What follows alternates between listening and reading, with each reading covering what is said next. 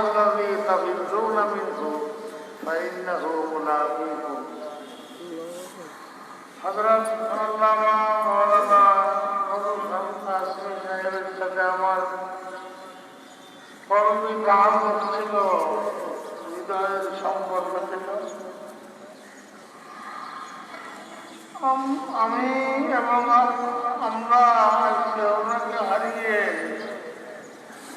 কত যে ক্ষতিগ্রস্ত হলাম ভাষা নাই বয়ান করার জন্য। ওমা কানা কাইসুন হুলুকু কাওয়ামিদিন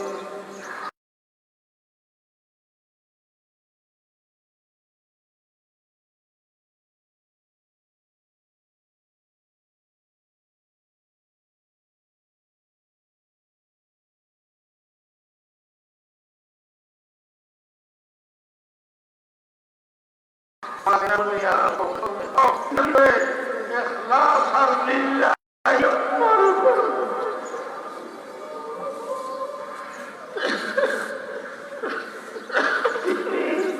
তিনি কোনো কাজ গায়ের আল্লাহর জন্য করেন নাই, সমস্ত কাজ করেছেন আল্লাহর জন্য।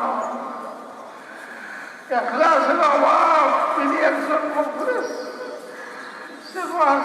ছিলেন। তিনি জামিয়া বারিজারা মাদ্রাসার শাইখুল হাদিস, আরো অনেক মাদ্রাসার শাইখুল হাদিস, বারিজারার মুতামিম। তিনি মানুষ গড়ার কারিগর। তিনি ইখলাস ভাবে অনেক মানুষকে আল্লামা বানাইছে। দরস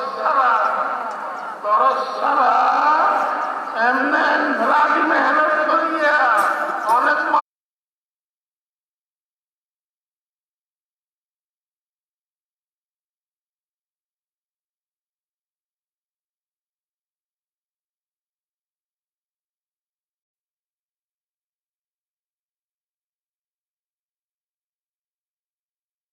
মানুষকে তিনি আল্লাহ বানা দিছে, স্টেডিয়াম ওয়ালাকে আল্লাহ বানা দিছে।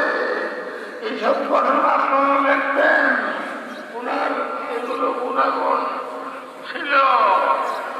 এবং তিনি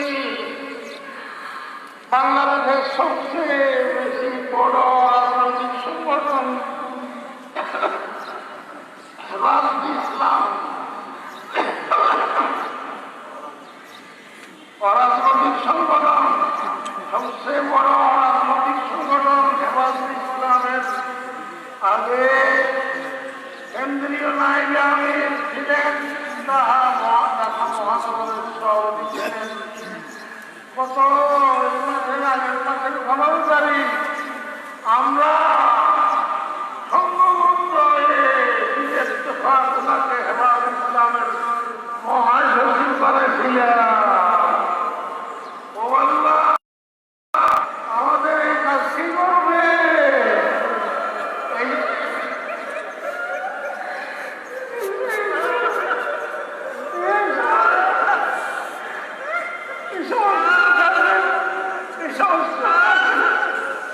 এই সমস্ত কাজের অনেক দক্ষতা আমার ভিতরে ছিল। উনি আবার বিভাগুল মাদারিস আল-আরবিয়া সিনিয়র সহ-সভাপতি, হাইয়াতুল উলিয়ার চেয়ারম্যান, জমিয়তে উলামা ইসলাম পুরানা সংগঠন, সে সংগঠনের মহাসচিব। কত কাজ, কত কামাল। এখন এই সমস্ত জিম্মাদারি কে পালন করবে? মানুষকে করিয়ে দেন, মানুষকে করিয়ে দেন। কত মুখলিস মানুষ। আবার উনি আলমে মাহফিল লাগে, এলমে তরিকতের লাইনে উনি শাহসভা ছিলেন। অনেক কাজ করেছেন, ইসলাহে নফসের সিলসিলায় অনেক কাজ করেছেন। মাহমুদ হাসান গাঙ্গুই সেগুলোর সম্পর্ক ছিল, খলিফা ছিলেন এবং আরো অনেকের সাথে আল্লাহ আল্লাহ তারা সব কিছু ওনার ভিতরে জমা করিয়ে দিচ্ছে।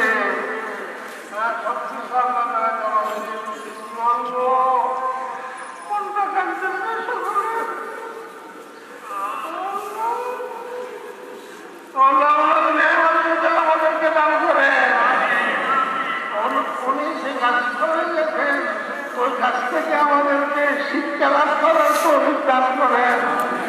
আল্লাহ ওনার অনুসারী হিসেবে আমাদেরকে দ্বীনের জন্য সেবা সালার হওয়ার তৌফিক দান করেন আল্লাহ। এবং উনি কোন বাতিলের সাথে আপোষ করেন নাই, উনি হকের উপর ছিলেন। ওনার নীতি আদর্শ খুব শক্ত ছিল, কোন বাতিলের সাথে আপোষ করেন নাই, কোন হুমকি ধমকির সামনেও উনি মাথা নত করেন নাই। আমরা ওনার এই সিফাত থেকে শিক্ষা লাভ করতে হবে ইনশাআল্লাহ। আমি অসুস্থ আমাদের জন্য আর কি বলবো, দিয়ে কথা বের হয়েছে। আমি গতবার ওনার চেহারা দেখার জন্য ফেরাকে ধরে আসছি, মেয়ে আসতে আসছি, ফার্স্ট ফেরাকে আসছি, আসিয়ে ডাক্তাররা আমার ভাই বন্ধুরা ছিলেন, আরো ছিলেন, তারা পরামর্শ করছেন যে এখন না দেখিয়ে একটা দোয়া করতে পারবো। আমি বললাম আপনারা যেভাবে বলেন না দেখিয়ে আপনার দোয়া করলে ভালো হবে। ডাক্তাররা কিভাবে খরা দেখতে দেয় না। তো আমি মসজিদে গিয়ে আমার ভাই বন্ধু সকলকে নিয়ে দোয়া শুরু করেছি। এ দোয়ার মাঝখানে আল্লাহর ডাকে তিনি সাহায্য আবার চলে গেছি বিশেষ দরকারে চট্টগ্রাম আমার বাড়িতে আবার রাত্রে আসলাম। 100 বার আসলে হকাতে হবে না, হকাতে হবে না।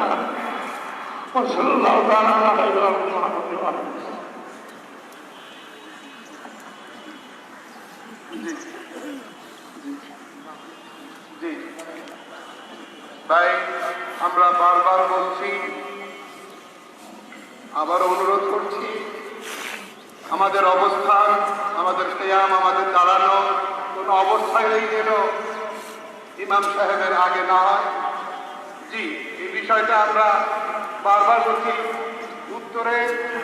উত্তরে দক্ষিণে আমরা যে যেখানে আছি আমরা কেবলামুখী হয়ে দাঁড়িয়ে যাব। নামাজ শুরু হবে একটু আসতে, দক্ষিণ দিকে কোনো তাড়াহুড়ো না করে আসতে। যে দক্ষিণ দিকে বসেন। জি, জানাজা কিছুক্ষণের মধ্যেই শুরু হবে। আমরা ধৈর্যের সাথে পরিস্থিতি মোকাবেলা করার চেষ্টা করি, সবর তাহাম্মুল ইখতিয়ার করি, দোয়া করতে থাকি আল্লাহ হযরতকে যেন জান্নাতুল ফিরদাউসের মেহমান হিসেবে কবুল করেন। সারা বাংলাদেশের শীর্ষ উলামায়ে কেরাম এখানে তাশরীফ এনেছেন। বিভিন্ন রাজনৈতিক অরাজনৈতিক সংগঠনের জিম্মাদার দায়িত্বশীল বৃন্দ এখানে শুভাগমন করেছেন, তাশরীফ এনেছেন। বিভিন্ন মাদ্রাসার মুহতামিম হযরত এখানে এসেছেন। আমরা সময়ের অভাবে কাউকে সময় দিতে পারিনি, আন্তরিকভাবে এর জন্য দুঃখ প্রকাশ করছি। এখনই নামাজে জানাজা শুরু হবে। জানাজার নামাজ ইমামতি করবেন হযরতের ছোট সাহেবজাদা মুফতি জাবের কাসেমী। আমি